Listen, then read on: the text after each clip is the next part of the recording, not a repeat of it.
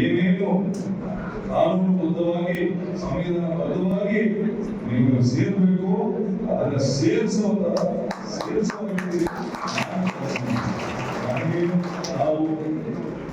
ನನ್ನ ಸೀರೆಗಳನ್ನು ಒಂದು ಕೈ ಹೊತ್ತು ನನ್ನ ಆಶೀರ್ವಾದ ಮಾಡಿ ಕಳಿಸಿ ನಿಮ್ಮ ಋಣ ನಾನು ಸಾಯೋ ತನಕ ಮರೆಯಲಂತ ಹೇಳ್ತಾ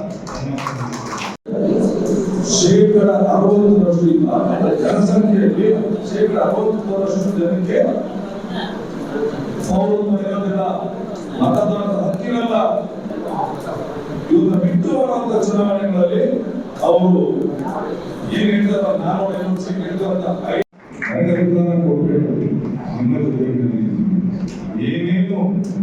ಕಾನೂನುಬದ್ಧವಾಗಿ ಸಂವಿಧಾನಬದ್ಧವಾಗಿ ನೀವು ಸೇರಬೇಕು ಅದನ್ನ ಸೇರಿಸುವ ವ್ಯಕ್ತಿ ನಾವು ನನ್ನ ಸೀರೆಗಳನ್ನು ಒಂದು ಕೈ ಹೊತ್ತು ನನ್ನ ಆಶೀರ್ವಾದ ಮಾಡಿ ಕಳಿಸಿ ನಿಮ್ಮ ಋಣ ನಾನು ಸಾಯೋ ತನಕ ಮರೆಯಲಂತ ಹೇಳ್ತಾ